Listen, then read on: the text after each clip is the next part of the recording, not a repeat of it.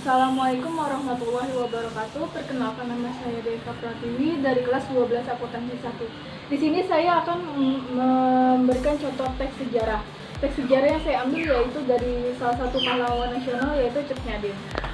Cut Nyadim adalah salah satu pahlawan wanita Indonesia asal Aceh yang terkenal dalam perlawanan melawan penjajah. Cut Nyadim ikut berperang langsung bersama para pejuang melawan penjajah. Meski seorang wanita, Cut Nyadim tidak gentar dan terus memimpin perlawanan melawan Belanda. Cut Nyadim merupakan sosok yang ditakuti oleh Belanda karena mampu mengobarkan semangat perlawanan rakyat Aceh. Pada usia 12 tahun, Cut Nyadim sudah dinikahkan oleh orang tuanya pada tahun 1862 dengan Tengku Cek Ibrahim Lamnga, putra dari Ule Balang Lamnga ke-13. Cut Nyadim dia lahir di Lampadang, Kerajaan Aceh 1848 dari keluarga bangsawan yang taat beragama di Aceh Besar. Dia mulai ikut mengangkat senjata dan berperang melawan Belanda pada 1880. Itu tidak lepas dari tewasnya suami Cut Nyadim, Tengku C. Ibrahim Lamnga saat bertempur pada 29 Juni 1878. Kematian suaminya membuat Cut Nyadim sangat marah dan bersumpah akan menghancurkan Belanda.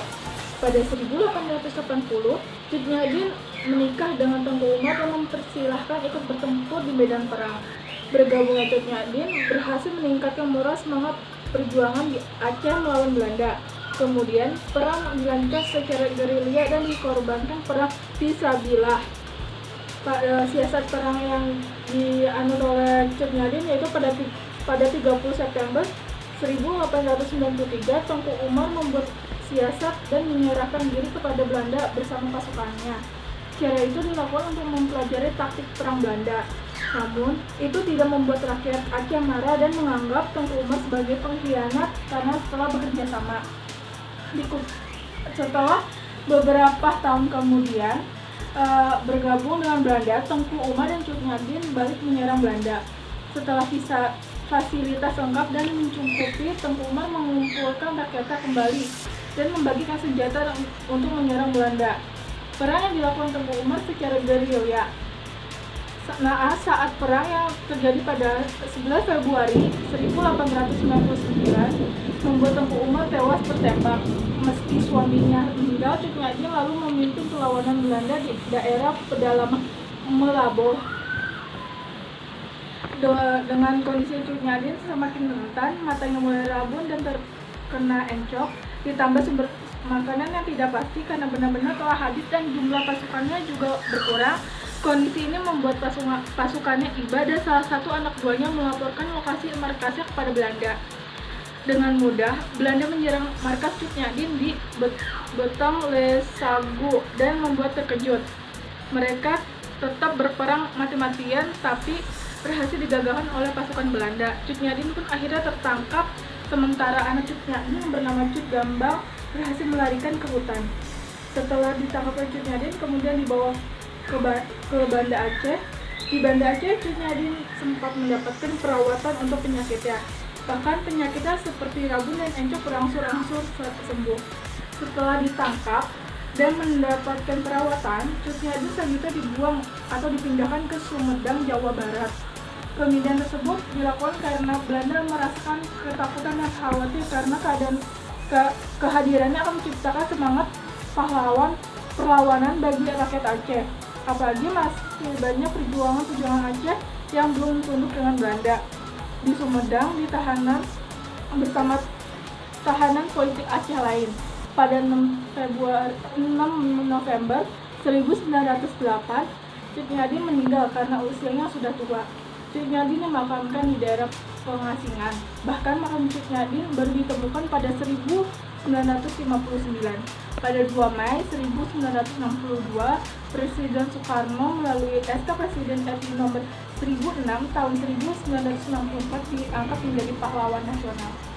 Nah, itu merupakan contoh teks sejarah dari Cut Nyadim. Nah, tadi kita sudah mendengar cerita sejarah dari seorang Cut Nyadim. Nah, di sini saya akan membacakan sinopsis dari teks sejarah seorang Cut Nyak-dien. Sinopsisnya adalah, Cut Nyak-dien adalah pahlawan wanita Indonesia inspiratif dari Aceh yang lahir pada tahun 1848. Dia adalah anak dari keluarga bangsawan yang agamis. Pada tahun 1880, Cut Nyak-dien menikah dengan Tengku Umar dan dikaruniai oleh anak bernama Cut Gambang. Cut Nyak-dien dan Tengku Umar berjuang bersama melawan penjajah Belanda. Namun, pada tahun 1899, Tengku Umar gugur ditembak oleh pasukan Belanda.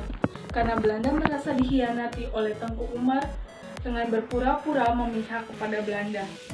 Tengku Umar pada awalnya merahasiakan rencananya untuk menjatuhkan Belanda, tetapi seiring berjalannya waktu, akhirnya Belanda mengetahuinya dan membunuhnya. Ketika ayahnya meninggal, Cut Gambang menangis dan ibunya, Cut Nyak-dien berkata, sebagai perempuan Aceh, tidak boleh menumpahkan air mata pada orang yang sudah syahid. Namun, Cut Nyak-dien tidak berhenti berjuang meskipun Tengku Umar meninggal. Dia tetap melanjutkan perjuangan suaminya dengan berjuang sendiri memimpin perang di daerah pedalaman Melabu bersama dengan pasukannya. Belanda selalu berusaha untuk menangkap Cut Nyak-dien karena merasa bahwa Cut Nyak-dien sangat berpengaruh pada masyarakat dalam berperang. Namun sayang, Belanda seringkali gagal menangkap karena taktik yang dimilikinya. Kemudian Cut Nyak-dien dikhianati oleh seorang yang sangat dipercayai oleh seorang yaitu Tengku Lebeh. Dia menjadi mata-mata dan memberitahu kepada Belanda di mana Cut Nyak-dien berada dan merencanakan untuk menangkap, namun akhirnya Cut Nyak-dien mengetahuinya. Akhirnya Tengku Lebeh bersama dengan pasukan Belanda terbunuh. Semakin menua, kondisi kesehatan Cut Nyak-dien semakin memprihatinkan. Matanya sudah mulai rabun, dan hal ini membuat iba dan akhirnya salah satu anak buahnya bernama Panglot memberitahu lokasi Cut Nyak-dien kepada Belanda dengan syarat mereka harus merawat Cut Nyak-dien dengan baik. Kemudian Belanda mengasingkan Cut Nyak-dien di Sumedang dan ia pun meninggal di sana pada tahun 1908.